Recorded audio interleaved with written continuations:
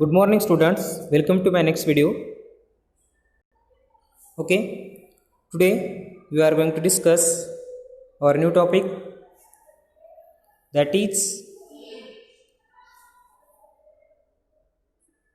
changes at puberty. Okay, students, puberty का अर्थ क्या होता है? यौन अवस्था, इंक्रीज इन हाइट. तो प्यूबर्टी के changes at puberty means puberty में कौन कौन से चेंजेस होते हैं, तो उसके बारे में अभी हम जानने वाले हैं. सबसे पहला जो चेंज है वो है इंक्रीज इन हाइट, यानी हाइट बढ़ना. The most conspicuous change during the puberty is the sudden increase in the height. देखो, जो मोस्ट कॉस्पेशियस जो चेंज होता है ना प्यूबर्टी में, कॉस्पेशियस का अर्थ क्या होता है? एक तरह से बहुत ही डिफरेंट, मीन्स एक तरह से जो फास्ट नजर आ जाता है. उस इंसान की जो हाइट है, उस जो बच्चे की जो हाइट है वो बहुत ही फास्ट बढ़ती है at a time. At this time the long bones, that is the bones of the arms and legs elongated. तो इस एज में क्या होता है, हैंड और हाथ और पाँव के जो बोन्स हैं ना वो एकदम से बढ़ने लग जाते हैं fastly. And makes a person tall, और जो बच्चा है वो एकदम से टॉल हो जाता है. या इसका मतलब ये है कि ये नहीं है कि 2 या 3 घंटे में बच्चे की हाइट एकदम से 1-2 मीटर बढ़ गई, वो ऐसा कुछ नहीं होता है. चेंजेस होते हैं लेकिन वो बहुत फास्ट होते हैं, इतने भी फास्ट नहीं होते. Okay, now next 10.1.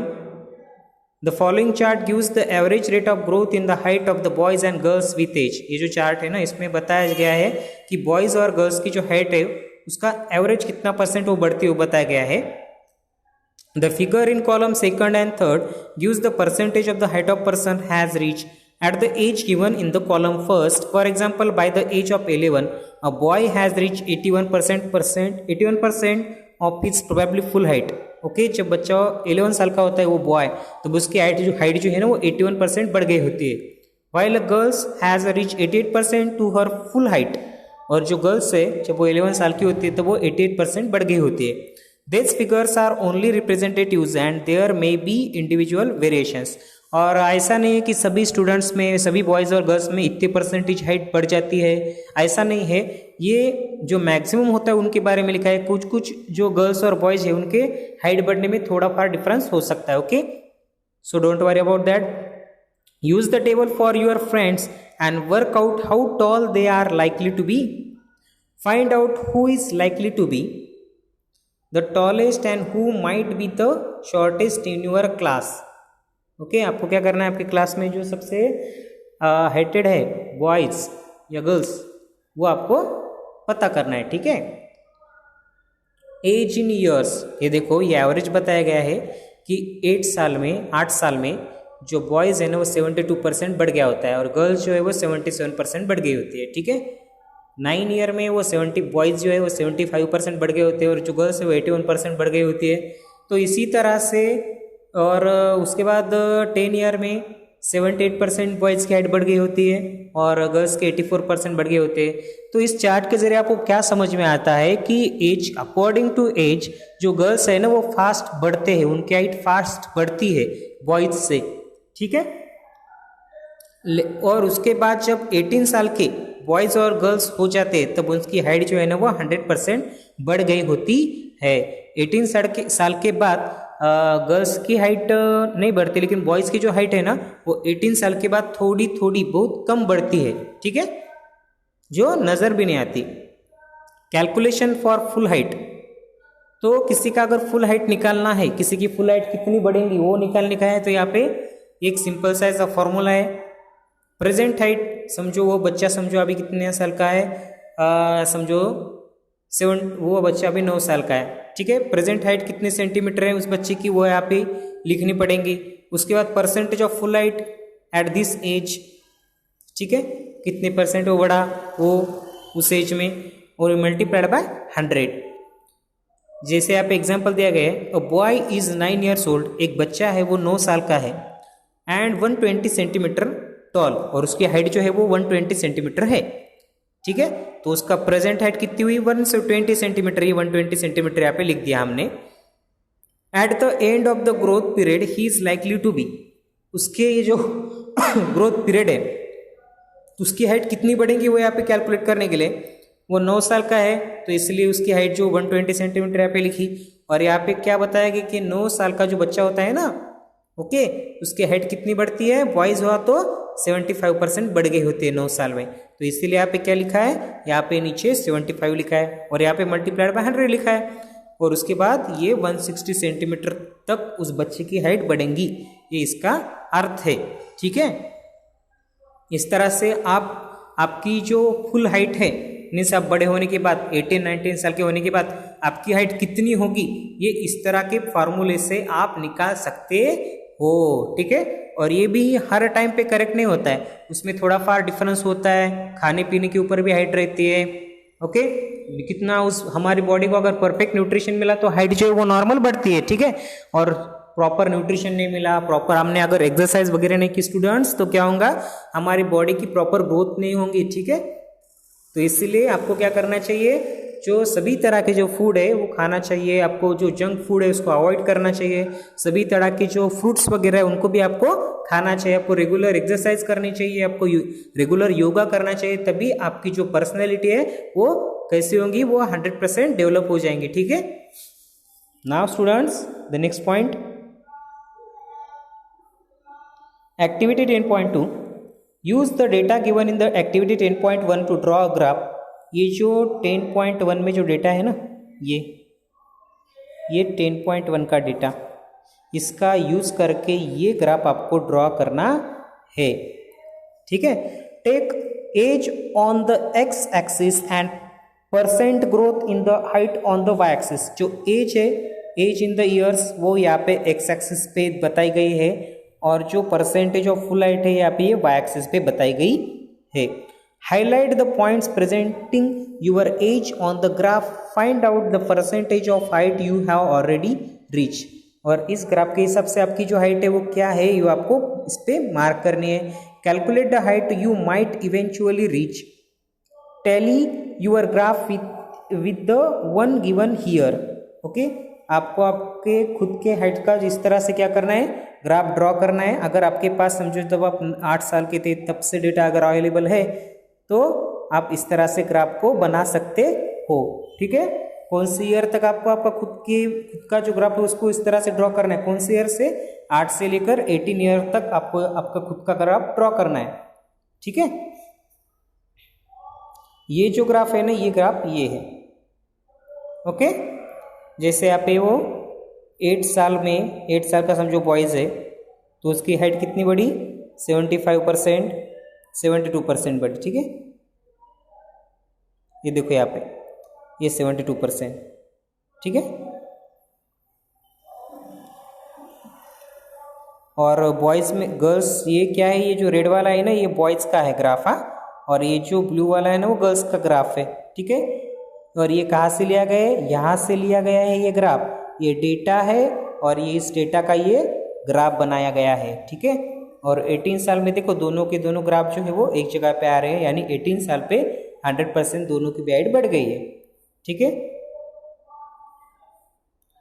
17 ईयर्स में देखो ये जो ग्राफ है ना, ये क्या बता रहा है कि जब आई थिंक मुझे लगता है ये 15 ईयर के आसपास क्या होता है, गर्ल्स की हाइट उतनी नहीं बढ़ती है 15 ईयर्स के बाद, लेकिन बॉयज़ की जो हाइट है ना वो सडनली बढ़ती है 15 ईयर्स के बाद। हाँ, ये देखो यहाँ पे इस जगह से आप समझ पाओगे कि बॉयज़ की जो हाइट है ना वो बढ़ रही है किसके बाद, 15 ईयर्स के बाद, लेकिन गर्ल्स की जो हाइट है ना उतनी नहीं बढ़ रही है 15 ईयर्स के बाद। Okay, now next, initially girls grow faster than boys. जो गर्ल्स है बहुत बॉयज़ से फास्टर बढ़ते, but by about 18 years of age both reach their maximum height. The rate of the growth in height varies in different individuals.